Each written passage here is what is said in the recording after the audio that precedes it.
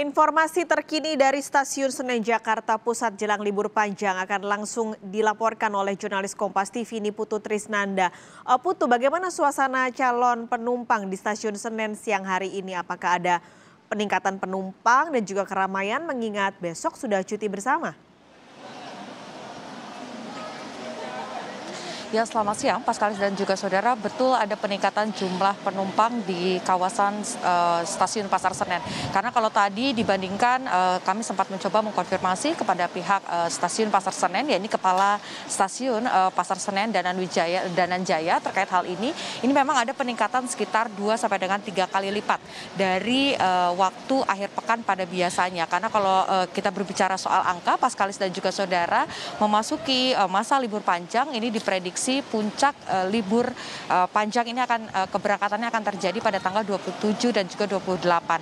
Jika pada hari ini tercatat ada sekitar 5.468 penumpang yang akan berangkat, besok pada tanggal 28 ini pada puncak keberangkatan diprediksi ini juga masih di kisaran angka yang sama, berbeda tipis sekitar 5.000 sampai dengan 6.000 penumpang. Tentu jumlah ini masih fluktuatif, artinya bisa bertambah lagi karena kalau berbicara soal reservasi tiket ini masih bisa diakses dan juga dibeli oleh para calon penumpang sampai dengan hari keberangkatan. Untuk mengantisipasi adanya penambahan calon penumpang, pihak Kereta Api Indonesia atau PT KAI ini sudah menyiagakan 27 kereta api yang akan diberangkatkan setiap harinya. Kalau pada hari ini tanggal 27 Oktober 2020 total sudah ada 25 kereta api yang diberangkatkan baik dari stasiun Pasar Senen, kemudian juga dari stasiun Gambir dan juga stasiun Kota. Tetapi kalau kita berbicara soal Pasar Senen saja, Paskalis dan juga saudara, total ini sudah ada 11 kereta api yang akan berangkat dari kawasan ini dan 12 kereta api akan berangkat dari stasiun Gambir, 2 lagi dari stasiun Kota. Untuk jumlah penumpang tadi sudah disebutkan bahwa hari ini ada sekitar 5.468 dan tiket yang sudah dijual artinya sudah dimiliki oleh calon penumpang untuk tanggal 28 Oktober ini ada sekitar 5.039. Artinya angkanya ini memang masih berkisar di angka 5.000 sampai dengan 6.000 penumpang. Puncaknya ini pada tanggal 28 Oktober. Dan kalau kita berbicara soal situasi terkini, Paskalis dan juga saudara, tadi sempat ada antrian di kawasan pelayanan tes cepat, tetapi memang karena kereta ini sistemnya ketika mau diberangkatkan, penumpang langsung masuk ke area peron dan berangkat, sehingga memang tidak terjadi penumpukan yang signifikan dan kepadatan diprediksi akan terjadi nanti malam, sementara untuk tanggal 28 ini diprediksi kepadatan akan terjadi dari pagi sampai dengan malam hari, Paskalis. Puncak akan diprediksi terjadi besok, tapi bagaimana dengan mekanisme agar penyebaran COVID-19 yang diterapkan di sana untuk memutus penyebaran COVID-19? Adakah mekanisme yang dilakukan untuk para calon penumpang di sana? Ya, Paskalis, berbicara soal mekanisme tentu ini ada karena mengacu pada surat edaran nomor 14 tahun 2020 dari Dirjen Perkeretaapian, ini memang masih diterapkan pembatasan kapasitas dari penumpang kereta api jarak jauh. Hingga saat ini masih dibatasi 70%, jadi kalau kita berbicara normalnya misalnya di kereta api ini bisa menampung sekitar 1.000 sampai dengan 2.000, ini maka hanya 70%-nya saja yang kemudian bisa diangkut menuju ke daerahnya masing-masing.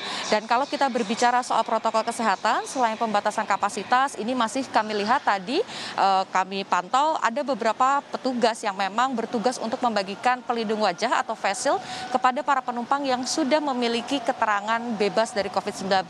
Ini baik rapid test yang berlaku selama 7 hari sampai dengan 14 hari ataupun tes usap. Jika sudah memiliki keterangan sehat, bebas dari COVID, kemudian menggunakan masker dan menjaga jarak dan juga menggunakan face shield, ada satu hal lagi yang kemudian harus diterapkan. Tidak hanya di kawasan stasiun ada pengecekan suhu, tetapi saat berada di dalam kereta api ini juga ada pengecekan suhu secara berkala.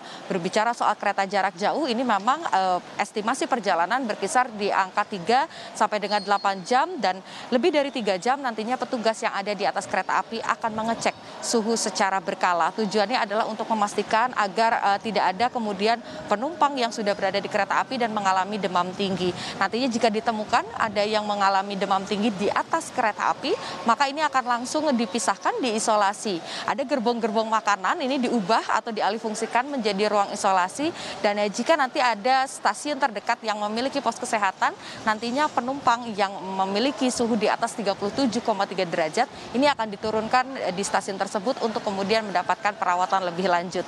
Dan untuk rapid test, jika nanti ditemukan ada yang reaktif sebelum naik ke kereta api, ini nantinya akan diatur ulang, artinya mereka tidak boleh melanjutkan perjalanan dan tiket akan dikembalikan secara 100%. Dan kalau ini juga ada himbauan, Paskalis dan juga saudara, terakhir dari pihak KAI untuk mengantisipasi adanya kepadatan ataupun kerumunan di area stasiun saat melakukan rapid test, karena ini bisa ada 1.000 sampai 1.500 per harinya yang melakukan rapid test, sehingga diimbau agar calon penumpang ini sudah melakukan rapid test 1 hari sebelumnya jika memang ingin melakukan rapid test atau pelayanan tes cepat di kawasan stasiun. Tetapi kalau ada yang sudah memiliki hasil bebas COVID-19, baik itu tes usap ataupun tes cepat, ini diimbau untuk juga melakukan di klinik-klinik terdekat agar ketika nantinya sudah akan melakukan perjalanan, ini pertama bisa mengurangi kerumunan, yang kedua juga sudah dipastikan bisa berangkat pada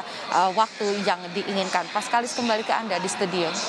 Puncak mudik akan diprediksi terjadi pada tanggal 28 besok dan kapasitas kereta masih dibatasi hanya 70%. Terima kasih. Niputu Trisnanda melaporkan langsung dari Stasiun Pasar Senen, Jakarta.